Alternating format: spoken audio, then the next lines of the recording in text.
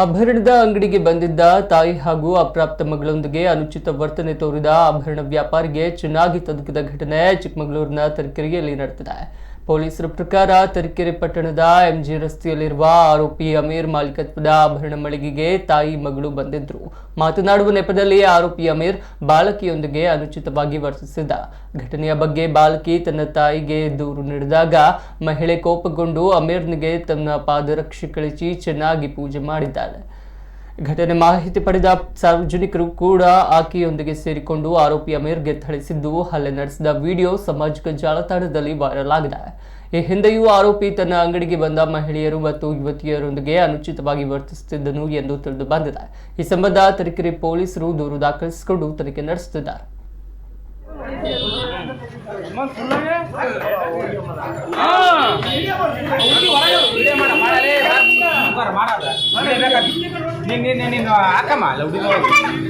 police phone ಮಾಡ್ರಿ first